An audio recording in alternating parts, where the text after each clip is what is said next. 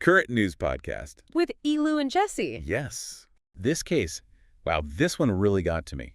A retired judge, bribery allegations, a family feud, and then it all ends tragically. It's a lot to take in. Yeah, no doubt. It's a harsh reminder that even those in positions of power, judges, lawyers, they're not immune to these situations. And the effects, they're far-reaching, impacting everyone involved, even public trust in the justice system itself. Let's jump right into it. We're talking about Stewart Rosenwasser, a retired judge found dead in his Hudson Valley home just as the FBI shows up. Sounds like something ripped from a screenplay, you know? The timing is, well, it's more than a little suspicious. Ruled a suicide. And it happened on the same day a federal indictment against him was unsealed. Talk about a bombshell. What exactly were the accusations being leveled against him? This wasn't some minor infraction. Rosenwasser was facing some incredibly serious charges. Bribery, extortion, making false statements to the FBI. We're talking potentially 15 years in prison if you were convicted. 15 years. Okay, that's not messing around. So who is Stewart Rosenwasser before all this came crashing down? Fill us in. Well, he had a long career in law, seemingly successful, distinguished even. We're talking private practice, then time as an assistant district attorney in Orange County back in the 70s, even served as an Orange County judge and acting state Supreme Court justice. So the courtroom was his domain. He must have worked on some major cases over the years. Absolutely. And here's where it gets interesting, ironic even. His last position before all this was heading the Conviction Integrity Unit for the Orange County District Attorney's Office. Conviction Integrity Unit. For those of us who don't speak legalese, what does that even mean? Basically, they review past convictions, looking for anything that might point to a wrongful conviction. Their whole purpose is making sure justice was served, dotting the I's and crossing the T's. Heavy stuff. Yeah. Makes you wonder what was going through his head as these new charges came to light. And there's another thing. When Rosenwasser resigned back in June, no public announcement, no fanfare about his years of service, nothing. Highly unusual, especially for someone in his position. Definitely raises some eyebrows. Okay, so we've got this image of Rosenwasser, this long career in law, and then boom, these serious accusations. But let's back up. How does the bribery angle even come into play? Who is he allegedly trying to help? Well, this is where it gets really interesting. The whole thing revolves around a family dispute. The indictment and some court documents we've seen point to Rosenwasser's involvement in an embezzlement case. He was the prosecutor, actually, in the case against a guy named Martin Soudani, who ended up pleading guilty. But here's the kicker. Martin and his mother, Eman, they come back with a pretty shocking claim. They accused Rosenwasser, the prosecutor, of being the one in the wrong. Now, that's a twist I wasn't expecting. It's a real head-scratcher. They alleged that Rosenwasser was accepting bribes from Martin's own uncle, a guy named Mout'z Soudani. The allegation is that the bribes were to ensure Martin got favorable treatment during the embezzlement case. And they didn't just make accusations, they actually provided what they say is hard evidence. Let's talk evidence. What are we talking about here? They handed over copies of checks, over $48,000 worth. And guess what? They were all made out to Rosenwasser from this Mout'z Soudani character. $48,000. Yeah, that's not chump change. No, it's not. Especially spread out over several months, which is what these checks seem to indicate. And then there were the text messages. Text messages, gotta love them or hate them. Yeah. Right? Seems like they're always popping up in these kinds of cases. What do they show? Well, according to the court documents, there were quite a few exchanges between Rosenwasser and Mout'z Soudani.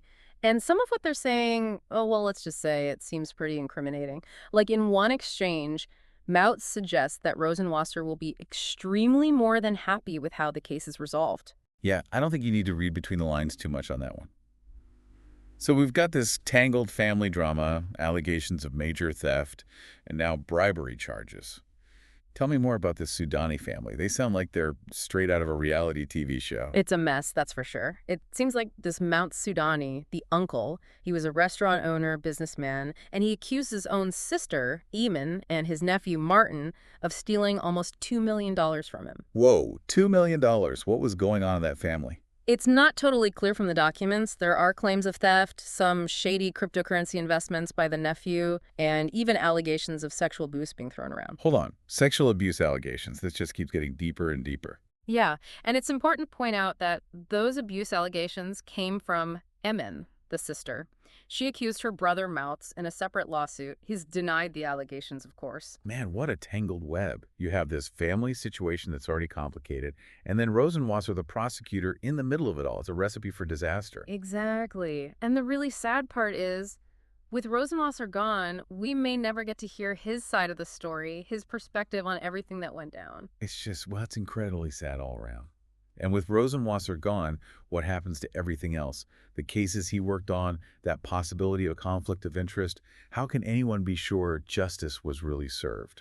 Big questions for sure, and the impact of all this is huge. Take Martin Soudani, the nephew who pled guilty in that embezzlement case. He's actually trying to get his conviction overturned now. Because of this whole bribery thing with Rosenwasser. Exactly. His lawyer's argument is that Rosenwasser's actions, they tainted the whole case.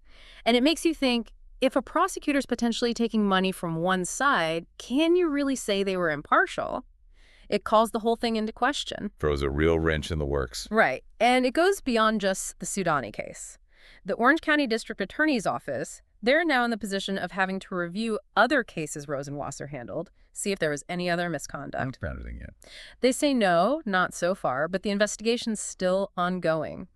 Meanwhile, District Attorney David Hoovler, he's trying to distance himself and his office from the whole mess. Yeah, I bet he is. What's he saying? Exactly. Hoovler's claiming his office was totally in the dark about Rosenwasser's alleged actions, calling it a betrayal of trust, a breach of ethics, that sort of thing. Betrayal of trust seems a little tame, don't you think? Considering the potential fallout here, it makes you wonder, how could nobody else in that office have known what was going on? That's the million-dollar question, isn't it? And it gets to the heart of the issue, how this whole situation erodes public trust in the justice system. Because if we can't trust judges to be impartial, who can we trust? It undermines the whole idea of justice. Absolutely. This case has really shaken people's faith in the people who are supposed to uphold the law. It raises these questions about transparency, accountability, and how power, even in seemingly straightforward situations, can be abused. Sadly, it reminds us that justice isn't a guarantee, and the truth is often far more complicated than it seems. This isn't just a family drama, it's a stark reminder of the far-reaching consequences when those in power are accused of such serious wrongdoing. It leaves us all feeling uneasy, questioning what we thought we knew. This whole situation's a heavy one, that's for sure. It leaves us with a lot more questions than answers. Any final thoughts before we wrap up? Well, I think this case really drives home how important accountability and transparency are in our justice system. It's a system that's meant to be fair, impartial, and when that's compromised, the effects are huge. We may never know the full truth here, but the questions this case raises about judicial ethics, about the pursuit of justice, they're going to stay with us. This deep dive has been a real eye-opener, and I have a feeling we've only scratched the surface of this incredibly complex situation. Thanks for joining me. Until next time, remember to keep asking those tough questions and keep searching for the truth. Turn the dial to the daily news. Turn the dial to the daily news. Turn the dial to the daily news. Bringing voices, headlines, and shoes. You turn the dial to the daily news.